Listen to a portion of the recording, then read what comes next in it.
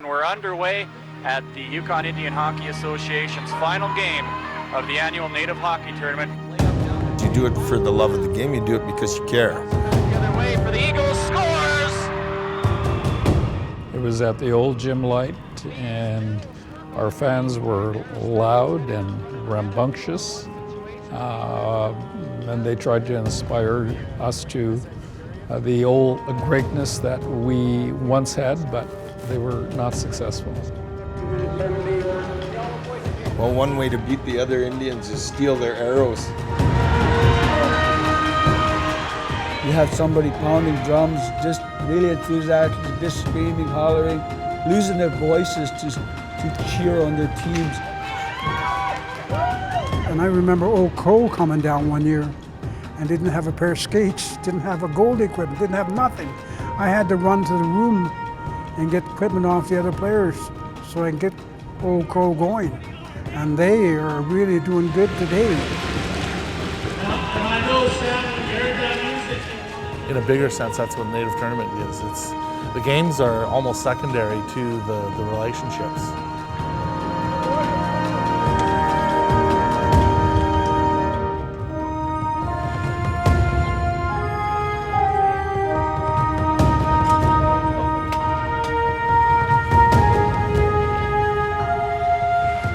I think up north it's good. The hockey's going to be, it'll be a mainstay. Everyone loves it.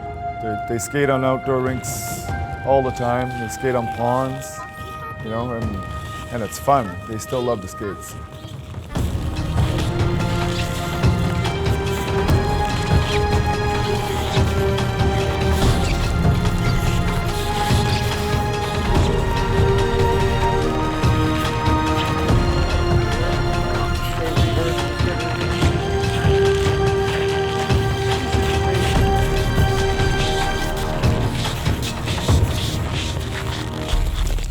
Because hockey's supposed to be fun.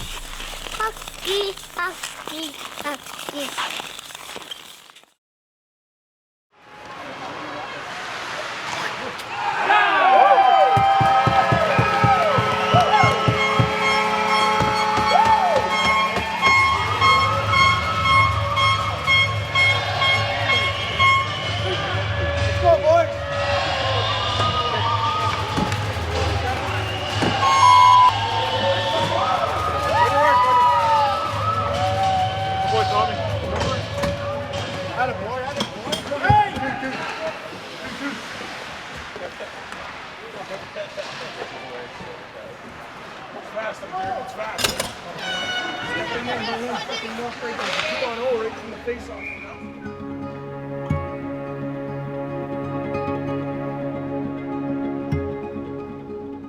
Organized hockey came to Yukon First Nations during the Indian residential school experience.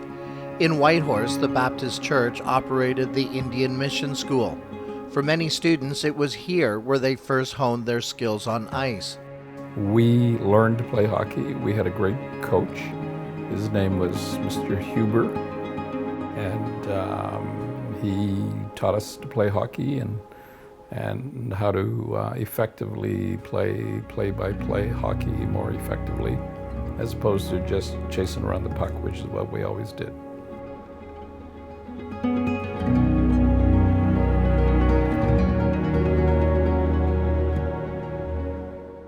Well, every night we were allowed after school, we had a set of chores to do. We had to get the wood because it was a wood-burning school. So we had to cut the wood. The older boys would cut the wood, and us younger guys would have to carry the wood to all of the respective wood piles or wood boxes in each of the dorms that we had.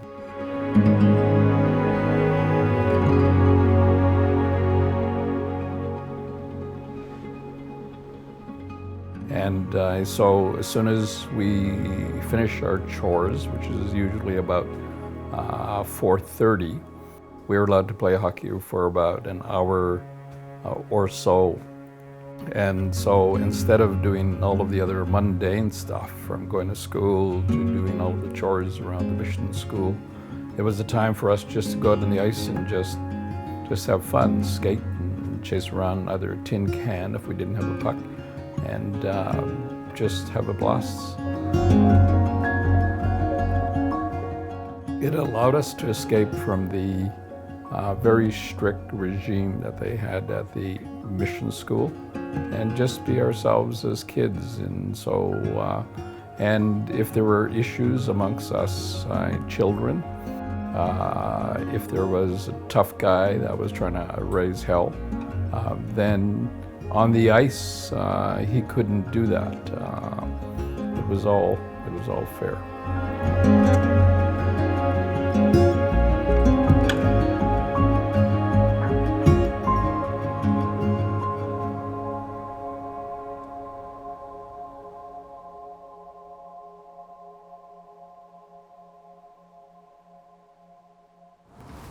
Yeah, so I heard that the Kiki Days Carnival tournament might be canceled, and because the town's going on strike. So hopefully not, because it's kind of our kickoff tournament. Michelle Dawson-Beatty and Jackie Callahan are members of the Yukon Indian Hockey Association Board. It's the group that plans and operates the territory's largest hockey event every spring. This year marks the 40th anniversary of the tournament. In her first year as president, Michelle says she has large shoes to fill. My predecessors, how strong they are, like such strong First Nations women like Sandy Gleason and Jeannie Dendies and Carrie Valavan, like, you know, they set the bar really high for the up and coming generation, well, my generation, you know, to pull off an event like this. So I take a lot of pride that they have faith in me to be on the board and to help pull it off. Yeah, so we should probably give Carrie a call and see about sponsorship and volunteer recruitment and where we're at with that. Yeah. Okay, sounds good. You get people coming from all over the communities, and it's such a good chance to get together and to catch up with old friends, and you know, you get your rivalries going with your favorite teams and stuff like that. So that's why I do it. And I was kind of voluntold also. Okay, so fundraising coordinator would be hopefully Priscilla. Yeah. Yeah. And with Leanne helping. Yeah, so there's a couple spots still open. Mm-hmm. Yeah, the tournament's definitely not getting any smaller. Our registration opened on the 1st of February at, I think, 8:30. By 2:45, we had 4 spots open, and those were filled by the end of the day. So people talk about it across the country, like, and it's a big highlight that they look forward to, and they talk about it all year long. Hey, would be funny if we really put Darius to work and make him volunteer coordinator for giving us all those years of hard times. Yeah, here you go. Volunteer. Yeah, here you go. You want to volunteer? Feel. Yeah. Put your money where your mouth is. Yeah.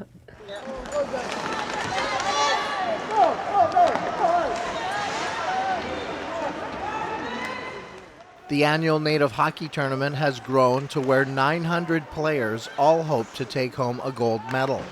But many don't know how this tournament got started. I used to play hockey after I got married, and I wasn't a superstar player. So they used to have tournaments here, and I was never picked on a tournament.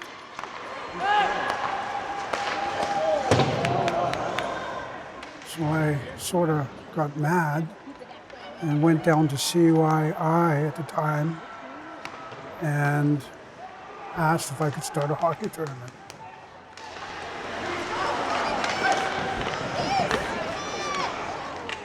We had a meeting that night at 7 o'clock. And I sat at the meeting waiting for anybody to come. And then a whole pile of girls came. And I said, this tournament's gonna go. And that's where it took off from. The year was 1977. Whitehorse Copper was in full production. White Pass was busy hauling freight, and miners were making money in the territory. Yukon First Nations were basically on the sidelines, and racism often kept them from organized sports. That's why the 3 non-native rule was adopted for this tournament. Well, the reason is I didn't want it taken over by the white society and be an all-white tournament. So I put that in place here, not being prejudiced against anybody, but just to be able to hold the ground together as First Nations people coming out to play hockey. You know, I mean, when I was tried to play on the team here, it was all white people, I guess you want to call it, playing the tournament. And being a native that never played much hockey, I couldn't get in there. So I'd never wanted to see that.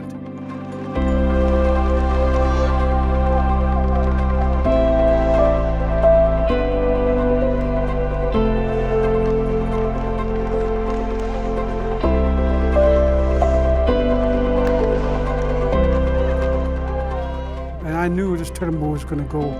And every year since then, I ran it for about 15 years.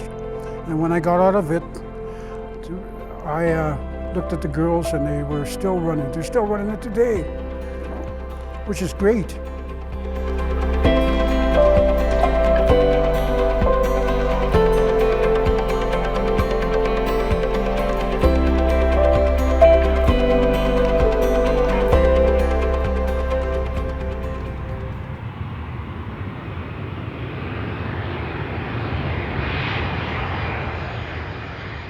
In the beginning, the Native Hockey Tournament fielded only 8 teams, and mostly all came out of Whitehorse. Lately, hockey players are flying in from all over the country to lace up their skates for a shot at gold.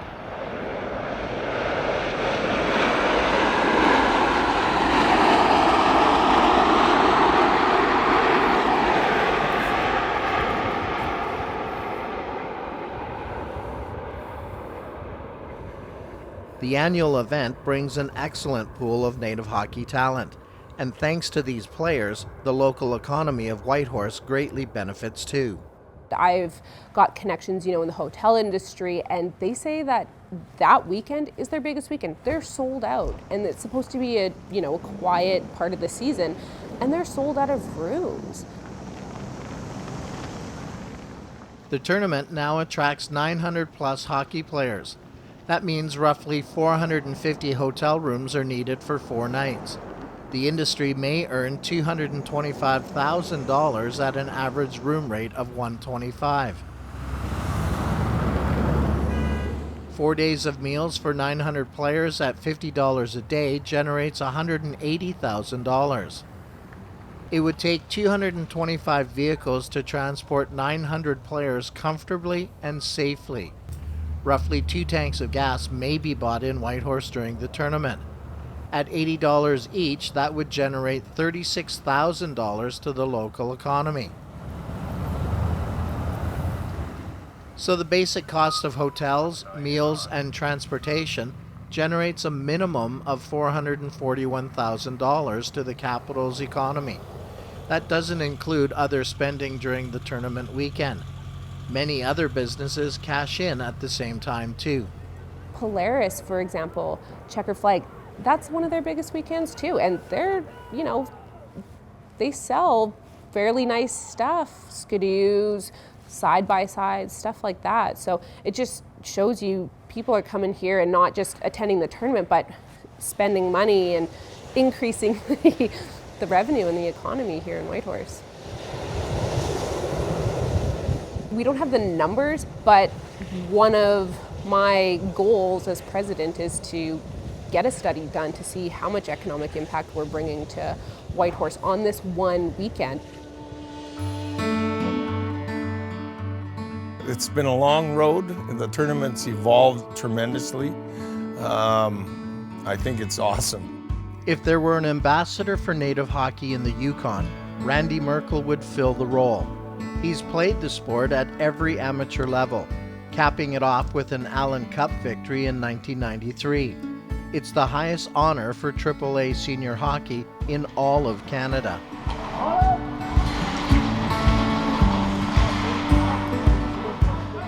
These days, he is most often found behind the bench in a coaching role, and his love for native hockey is ever present, especially for the annual tournament in Whitehorse. You know, I've always said that the tournament is one of those events that's really special to the Yukon people because it brings people out. I've seen elders, they act like little kids when they're at the tournament. They're laughing and they just, you know, it's probably relieves them from the regular routine of life. They really look forward to it as their annual event.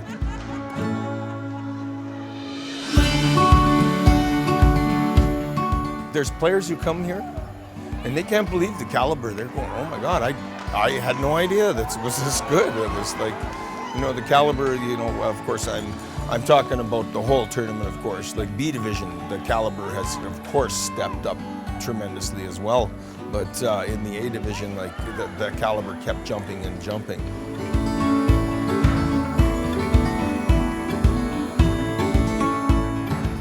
You got to give some kudos to the board of directors. You know, since I left and others have taken over and all the rest of it, they've really taken it to even another level, where you know the tournament's consistency has been really awesome. It's great.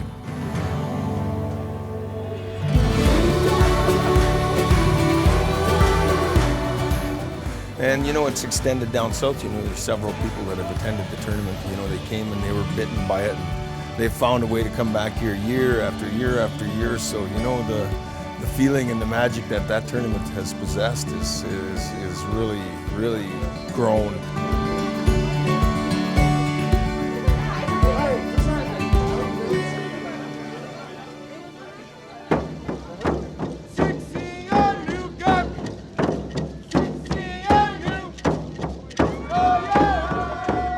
We really want to make our opening ceremony more than a speech. We want to bring our culture into that building. We want to bring the drum into the building. Jeannie Dendies has served as president of the Yukon Indian Hockey Association for 8 seasons.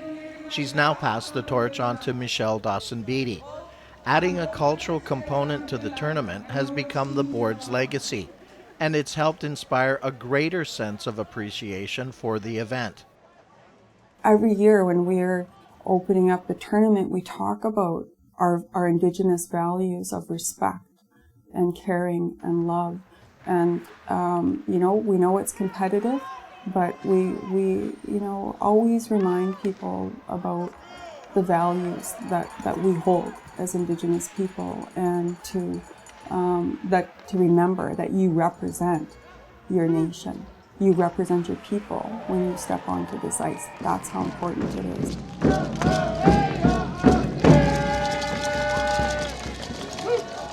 2 years ago, we started also doing a blessing ceremony of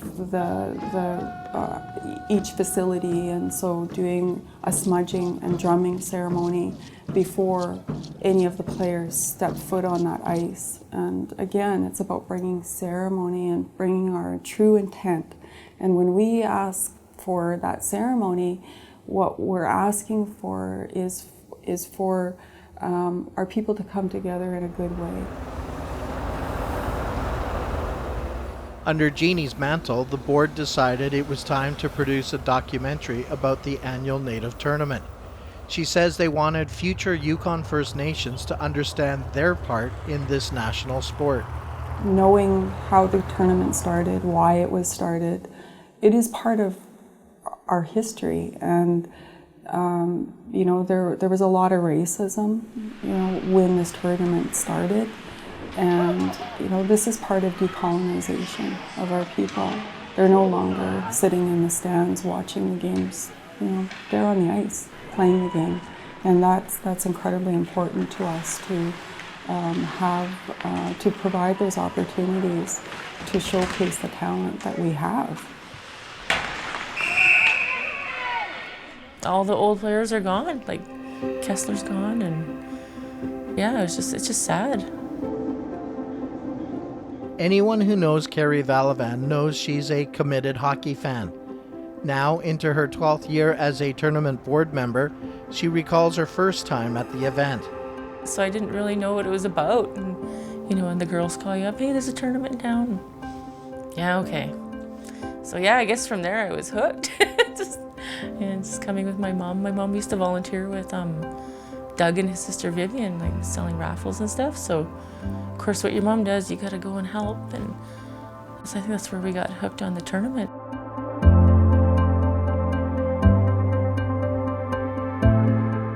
It's a huge commitment to, like, you know, to be working with a volunteer board like that. It's a working board. It's not a sit back and tell somebody what to do. Yeah, every board member pulls their weight. They do their share.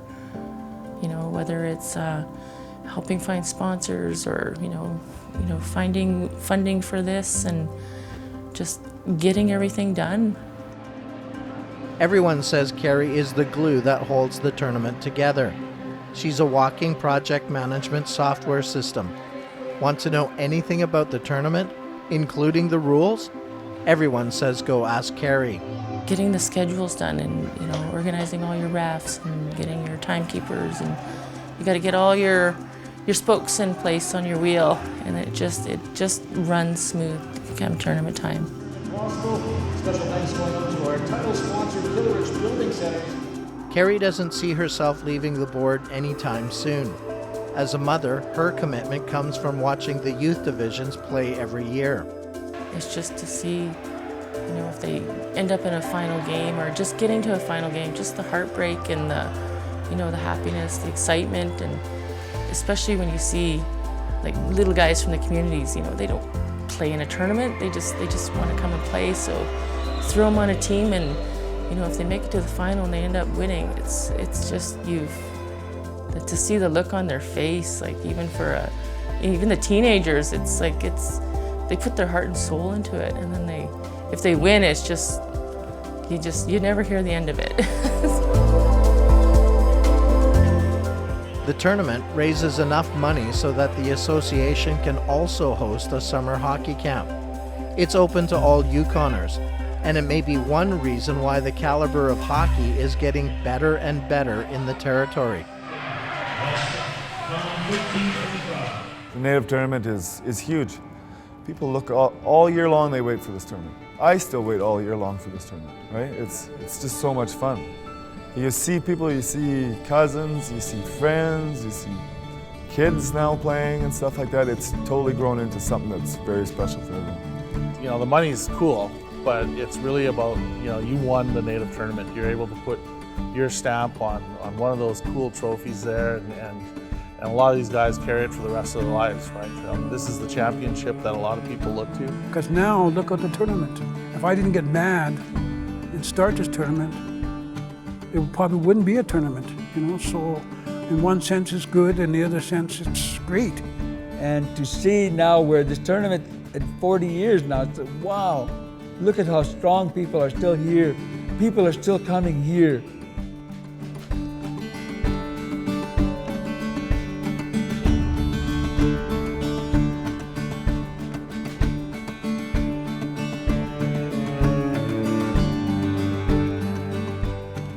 Hockey Scouts have been visiting the tournament for several years, and not many people know about this.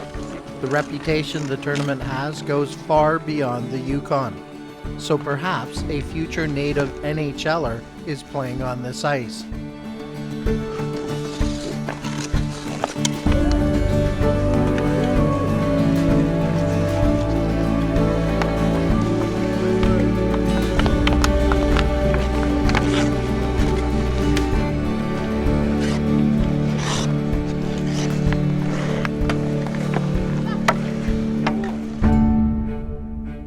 The game of hockey has been described as the game of life.